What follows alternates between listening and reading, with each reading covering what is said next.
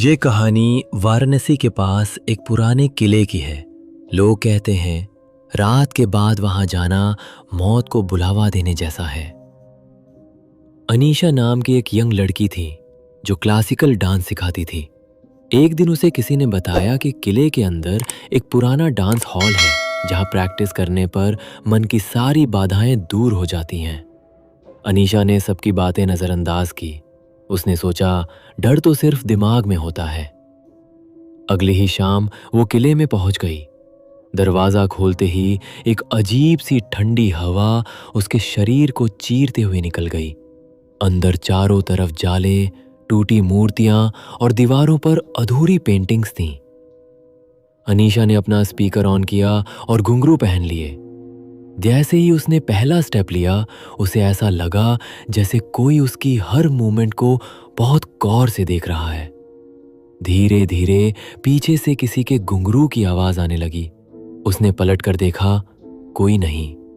फिर अचानक सामने लगे पुराने शीशे में उसे एक और औरत दिखी। लाल बनारसी साड़ी, लंबा काला बाल और चेहरे पर ऐसा घूंघट मानो मौत ने ओढ़ रखा हो।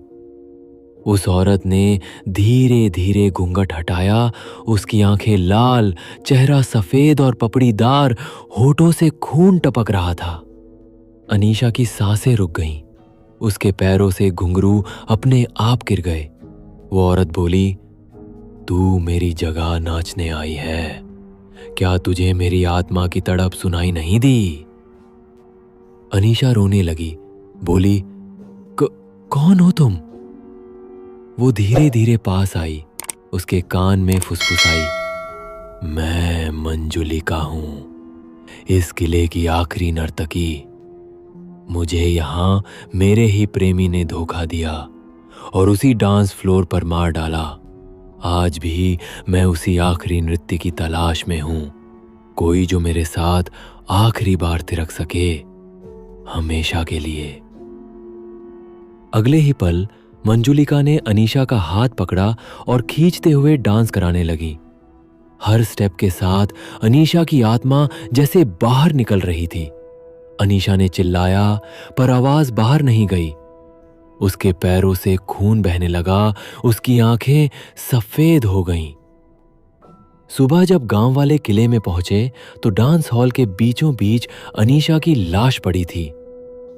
चेहरे पर वही लाल साड़ी का घूंघट और पैरों में मंजुलिका के घुंघरू। कहते हैं उस दिन के बाद कोई भी उस किले में घुंघरू पहनकर कदम नहीं रखता।